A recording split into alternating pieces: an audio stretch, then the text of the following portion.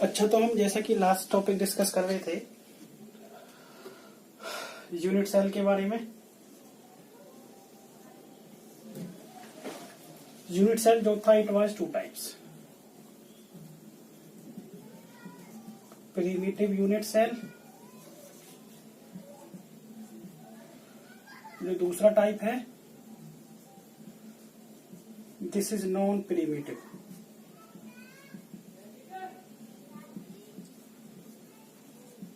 Unit cell, ठीक है।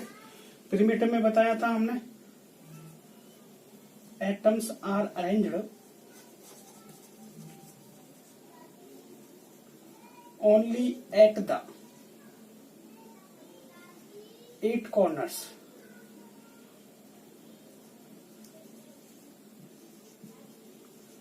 Of the cubic. और जो नॉन प्रिमिटिव था, यहां पर जो एटम्स थे, यहां तो केवल, यहां पर तो देखो, यहां पर तो एटम्स की अरेंजमेंट क्यूबिक के केवल कॉर्नर पे थी, और यहां पे corners plus other position of cubic. Clear ना मेरी बात? Unit cell primitive, non primitive. Primitive में एटम्स की अरेंजमेंट जो है वो क्यूबिक के केवल कहां होगी? 8 कॉर्नर्स पे। नॉन प्रिमिटिव में एटम्स की अरेंजमेंट कहां पे होगी? कॉर्नर्स पे, कॉर्नर्स के साथ साथ में other positions of the cubic.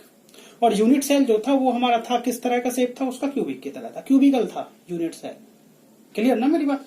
तो यहाँ अब हम करने जा रहे हैं नॉन प्रिमिटिव की बात कर रहे हैं। तो नॉन प्रिमिटिव में एटम्स की अरेंजमेंट एक तो कॉर्नर्स पे और एक कहां हो जाएगी? अदर पोजीशंस पे। तो यही हम करने जा रहे हैं आगे, नॉन प्रिमिटिव को समझाने जा रहे हैं। ध्यान से समझना है सभी को, क्योंकि ये पार्ट जो है ये समझने लायक है इसमें। तो जैसे देखो, हमारे पास एक क्यूबिक है,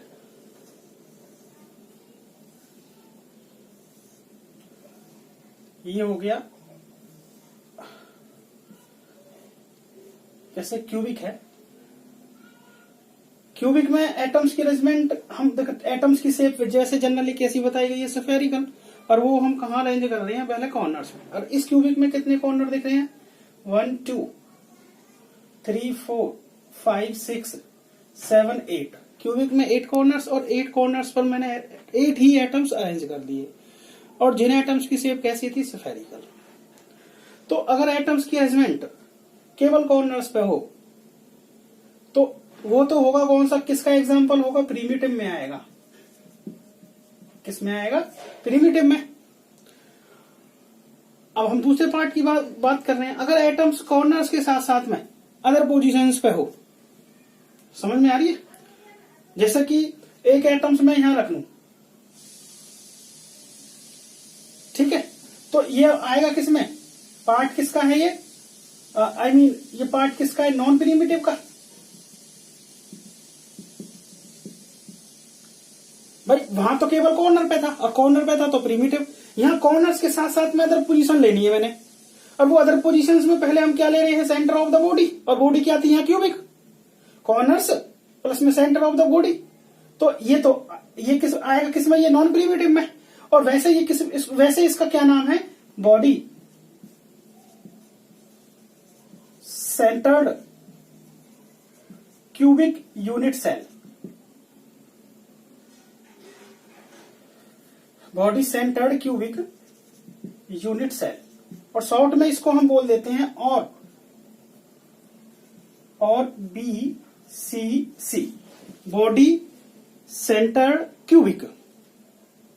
क्लियर ना मेरी बात? नॉन प्रिमिटिव में एक पार्ट तो ये हो गया जिसका नाम क्या था? Body centred. ठीक है, अब मैं दूसरा पार्ट करने जा रहा हूं नॉन प्रिमिटिव का। भाई मान के चलो ये हमारे पास एक क्यूबिक है। एक तो अरेंजमेंट ऐसी होगी कि एटम्स को केवल कॉर्नर्स के साथ साथ में सेंटर ऑफ द बॉडी रख रही है, मैंने बॉडी रखनी है। और दूसरा केस हम ऐसा ले सकते हैं कि कॉर्नर्स के साथ साथ में हम, जैसे कि एक फेस ऊपर वाला ले लिया, एक फेस नीचे वाला, एक इधर वाला फेस, एक ये वाला फेस, इसके सामने वाला, इसके सामने ये हो गया, और एक ये बाहर वाला फेस और एक इसके पीछे वाला फेस, मतलब दो एटम्स इसके एक दूसरे के फ्रंट फेस में हो गए, अपोजिट फेस में दिखा दिया मैंने। बात समझ में आ रही है? तो ये जो एटम्स रखे मैंने, कितने एटम्स रखे हैं? 6। 8 एटम तो कहां पर थे? कॉर्नर पे। और 6 एटम्स कहां पर रखे हैं? फेस सेंटर पे। भाई एक फेस ये हो गया, एक फेस ये हो गया, एक ये रहा, एक ये रहा, और 2 फेस आमने सामने वाले हो गए। तो एटम्स यहां कहां रखे हुए हैं? Centre of the face. तो है तो ये भी नॉन प्रिमिटिव का पार्ट, बट इसका नाम होगा face centred cubic unit cell और FCC। बात समझ में आ गई? क्योंकि यहां पर एटम्स कॉर्नर्स के साथ साथ में कहां रखे हुए हैं? Centre of the face. भाई एक फेस तो ये हो गया हमारा, एक फेस ये हो गया, एक नीचे वाला फेस हो गया इसके सामने, एक फेस ये हो गया इधर वाला, एक फेस ये हो गया इसके सामने वाला, और एक इस क्यूबिक का बाहर वाला फेस और एक इसके पीछे वाला फेस, 2 फेस वो हो गए। समझ में आ रही है मेरी बात? तो टोटल फेस क्यूबिक में कितने फेस होते हैं भाई? 6 फेस। कितने फेस है? 6। और हर फेस के सेंटर में एटम रख दिए मैंने। Means face centred cubic unit cell. भाई नाम से ही पता चल रहा है, फेस सेंटर्ड मतलब एटम्स को रखा हुआ है फेस के सेंटर में, तो face centred cubic unit cell. Clear ना मेरी बात? पहला टाइप हमारा नॉन प्रिमिटिव में था, कौन सा? Body centred cubic unit cell, BCC। दूसरा है ये, दूसरा पार्ट कौन सा है? Face centred cubic unit cell. क्योंकि यहां पर एटम्स को सेंटर ऑफ द बॉडी ना रख करके कहां रख रहे हैं? Centre of the each faces. और फेस कितने हैं क्यूबिक में? 6 फेस है। कितने फेस है? 6। तीसरा पार्ट आता है इसका, समझ में आ गया? BCC, पहले किया था BCC, ये कौन सा हो गया? FCC। अब तीसरा करने जा रहे हैं।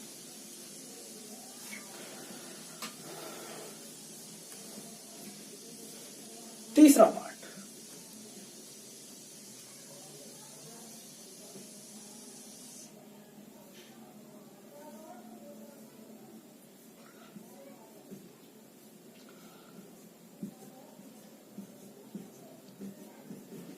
तीसरा पार्ट ये हो गया। अब मैं तीसरा पार्ट करने जा रहा हूं। इसमें मैं क्या कर रहा हूं? कोई भी 2 फेस ले लो, जैसे कि या तो मैं ये दोनों फेस ले लूं या ये दोनों फेस ले लूं। फेस वो दोनों फेस एक दूसरे के अपोजिट होने चाहिए, या तो ये दोनों या ये दोनों, और या अंदर बाहर वाले। टोटल तो फेस 6 ही है ना। हमने कोई भी 2 फेस के एक दूसरे के अपोजिट फेस के सेंटर में रखना है एटम। मतलब जैसे एक एटम यहां हो गया तो दूसरा मैंने दिखा दिया यहां। तो ये जो केस है इसको नाम देंगे हम, है तो ये भी नॉन प्रिमिटिव का, क्योंकि यहां एटम्स कॉर्नर्स के साथ साथ में अदर पोजीशन पे भी हैं, तो नॉन प्रिमिटिव में चला गया। अब नॉन प्रिमिटिव में भी आता है, इसका नाम है end centred cubic unit cell. क्योंकि यहां कोई भी 2 एंड वाले फेसेस के सेंटर में रखना है। जैसे कि या तो ये दोनों एंड वाले फेस हो गए एंड सेंटर, या ये दोनों फेस ले में, या अंदर बाहर वाले 2 फेस ले में, एंड सेंटर्ड। समझ में आ गई मेरी बात? तो और इसको शॉर्ट में क्या बोल सकते हैं? ECC। हो गई नहीं बात मेरी क्लियर? तो हम प्रिमिटिव में जो किया था, प्रिमिटिव में तो एटम्स केवल कॉर्नर पे, और नॉन प्रिमिटिव में हम 3 तरह से पढ़ सकते हैं। पहला कौन सा था हमारा? BCC। दूसरा कौन सा था? FCC। अब जो तीसरा बताया है ये कौन सा है? ECC। क्लियर हो गया? ये किस में आ रहे थे तीनों के तीनों? नॉन प्रिमिटिव में। नॉन प्रिमिटिव मतलब नॉन प्रिमिटिव के 3 टाइप्स हुए, body centred cubic unit cell, face centred cubic unit cell, और तीसरा कौन सा हो गया? End centred cubic unit cell. भाई क्लियर है? यूनिट सेल 2 तरह के, प्रिमिटिव, नॉन प्रिमिटिव। प्रिमिटिव में एटम्स की अरेंजमेंट केवल कॉर्नर्स पे, और नॉन प्रिमिटिव में कॉर्नर्स के साथ साथ में अदर पोजीशंस। ठीक है? और अदर पोजीशंस किसकी? क्यूबिक की। जैसा कि पहला हमने लिया था केस बॉडी सेंटर्ड का, वहां एटम्स को केवल सेंटर ऑफ द बॉडी ले रहे थे। दूसरा जो केस था वो फेस सेंटर्ड का था, वहां हम एटम्स को फेस के सेंटर में ले रहे थे। और फेस क्यूबिक में कितने होते हैं? 6। कितने हो रहे हैं? 6 फेस। मतलब यहां टोटल फेस सेंटर्ड एटम 6 थे, यहाँ बॉडी सेंटर्ड एटम 1 था, और यहाँ एंड सेंटर्ड एटम, यहाँ हमने कोई भी दो एंड वाले फेस ले लेने हैं। एंड वाले मतलब कोई भी दो अपोजिट वाले फेस, या तो मैं ये दोनों फेस लू या ये दोनों, या अंदर बाहर वाले फेस। इनमें एंड सेंटर्ड एंड के मतलब कोई भी दो अपोजिट फेस के सेंटर में एटम रखना होगा हमें एंड सेंटर्ड के केस में। मैं अगर यहां रख रहा हूं तो एंड सेंटर्ड, या ये दोनों भी ले सकता हूं, या ये अंदर बाहर वाले दो फेस भी ले सकता हूं। क्लियर?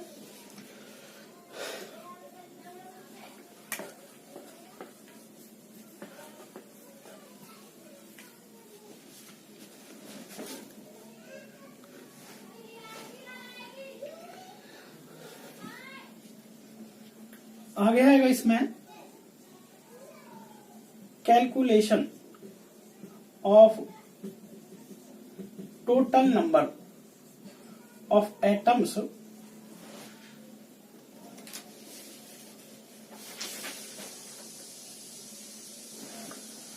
पर यूनिट सेल।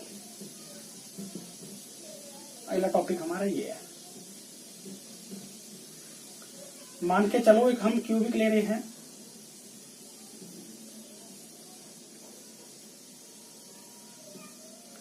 सिंपल क्यूबिक ले रहे हैं, ठीक है।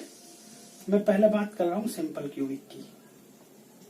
Simple cubic unit cell. Simple cubic कौन सा होता है? जिसमें प्रिमिटिव वाला जो केस था, जहां हम एटम्स कहां रख रहे थे? केवल कॉर्नर्स पे, ठीक है भाई। क्लियर है ना? तो अगर हम हर एक एटम का कंट्रीब्यूशन देखें, कि मान के चलो कि मैं एक एटम लू और फिर मैं पूछने लगूं कि इस एटम का कितना पार्ट ये क्यूबिक ने घेर रखा है, ठीक है ना। How much part of this sphere is occupied by the cubic. तो वो हमें चेक करना है। वो आएगा टोटल नंबर ऑफ एटम्स में निकल के आएगा, ठीक है। तो देखिए यहां मान के चलो मैं अब इसका मैं ये देख रहा हूं कि मान के चलो ये एटम है, इस एटम का मैंने यहां ले लिया, और इस एटम का मैंने ये भी मान लिया कि इतना पार्ट इस वाले क्यूबिक में है। इतना ही तो लग रहा है ये रहा। और ये पार्ट इस टोटल एटम का कितना हुआ, ध्यान रखना है। हर एक एटम का ये वैसे तो समझ में आ गया ना मैं क्या पूछने जा रहा हूं। हर एक एटम का कंट्रीब्यूशन देखना है। उसी तरह से मैंने कि जिस क्यूबिक में वो एटम लगाए हुए हैं, उन एटम्स का कितना पार्ट उस क्यूबिक में डिवाइड हुआ है। There will be the calculation, it will be the calculation of total number of atoms per unit cells, ठीक है। तो ये वाला एटम लेके चल रहा हूं मैं, इसी से समझना है, सारे समझ में आ जाएंगे। अब ये वाला एटम मैं लूं तो ये वाला एटम एक तो इसके साथ वाले इसी तरह के क्यूबिक के साथ डिवाइड हो जाएगा। भाई एक क्यूबिक यहां हो गया, ठीक है, दूसरा एक क्यूबिक ये हो गया, और तीसरा ये हो गया। मतलब यहां पर इस तरह से 1 2 3 और 4 ये एटम लगा हुआ है। ये एटम, इस एटम को ले रहा हूं, ये एटम, ठीक है, इतना पार्ट मान के चलो ये घेर रखा है इसने। और वैसे ही मैंने देखना है कि टोटल कितना पार्ट है ये। वैसे तो मैंने थ्योरेटिकली बता दिया कि मान लिया कि इतना पार्ट ये इस क्यूबिक में डिवाइड हुआ पड़ा है। वैसे इस एटम का कितना पार्ट है ये, वो मैं कैलकुलेट करने जा रहा हूं। तो ये एटम मान लिया कि 3 क्यूबिक तो हो गए नीचे, जैसे कि 1 क्यूबिक 2 क्यूबिक, ठीक है, और 3 क्यूबिक और 4 क्यूबिक, बीच में मैंने ये एटम रख लिया। तो एटम्स का यहां पर एटम्स का आधा पार्ट तो इन 4 में डिवाइड हो गया, 1 2 3 और 4, ठीक है, आधा पार्ट हुआ है अभी। जैसे मान के चलो एटम यहां रखा है, उस एटम का आधा पार्ट तो नीचे गया, इन 4 में डिवाइड हो गया, और आधा पार्ट इन्हीं 4 के ऊपर, एक इसके ऊपर रख दे, इसी तरह का क्यूबिक, ठीक है, एक इसके ऊपर रख लेना है, एक इसके ऊपर रख देना है, और एक इसके ऊपर रख देना। मतलब 4 तो नीचे हो गए। 4 नीचे वाले जो क्यूबिक थे वो तो स्फीयर के कितने पार्ट ले गए, आधा पार्ट, और जो आधा पार्ट है वो इन्हीं क्यूबिक के, अगर हम एक एक क्यूबिक इसके ऊपर रख दें तो आधा पार्ट भी डिवाइड हो जाएगा, 1 2 3 और 4। मतलब पूरा स्फीयर अगर देखें, एक स्फीयर की अगर वैल्यू देखें, कंट्रीब्यूशन देखें यूनिट सेल में, वो कितनी हो गई 1/8। क्योंकि एक स्फीयर जो है वो 8 यूनिट सेल में डिवाइड हो रहा है। 8 में ही तो था, 4 तो नीचे और 4 ही उनके ऊपर। नीचे वाले जो 4 थे उन्होंने तो जैसे एक यहां, एक यहां, एक यहां और एक यहां, इनके बीच में एटम, तो आधा पार्ट तो यहां गया उस एटम का और आधा पार्ट एक एक इनके ऊपर रख देंगे हम। बात क्लियर है ना? तो कहने का मतलब क्या हुआ कि एक एटम का कंट्रीब्यूशन एक सिंगल क्यूबिक में 1/8 होगा। वैसे ही इस वाले कॉर्नर का भी, इस वाले कॉर्नर्स का भी, हर कॉर्नर वाले एटम का कंट्रीब्यूशन अगर देखें इट विल बी 1/8। कितनी होगी बेटा? 1/8। क्योंकि ये एटम 4 इसी तरह के, ये सिंगल एटम जो कॉर्नर पे रखी, जैसे ये है सारे इसी कॉर्नर वाले, वो इसी तरह के 8 क्यूबिक में डिवाइड हो सकता है। मीन्स 8, इसका मतलब क्या हुआ कि एक स्फीयर का कॉर्नर वाले एटम का कंट्रीब्यूशन 1/8। समझ में आ गया? ठीक है ना बेटा? एक कॉर्नर वाले एटम का कितना हो गया? 1/8। तो मैं यह कंट्रीब्यूशन देख करने जा रहा हूं, कंट्रीब्यूशन बाय 8 कॉर्नर एटम। 8 नहीं, पहले सिंगल 1 कॉर्नर एटम कितना है बेटा?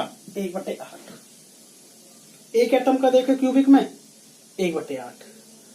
ठीक है, आगे देखो contribution by 8 corners atoms in A cubic. एक का तो 1/8 था और 8 का निकालेंगे तो 1/8 इंटू 8, तो टोटल नंबर ऑफ एटम्स कितना निकल के आ गया बेटा? 1/8 इंटू 8, ये कितना हो गया? 1 आ गया।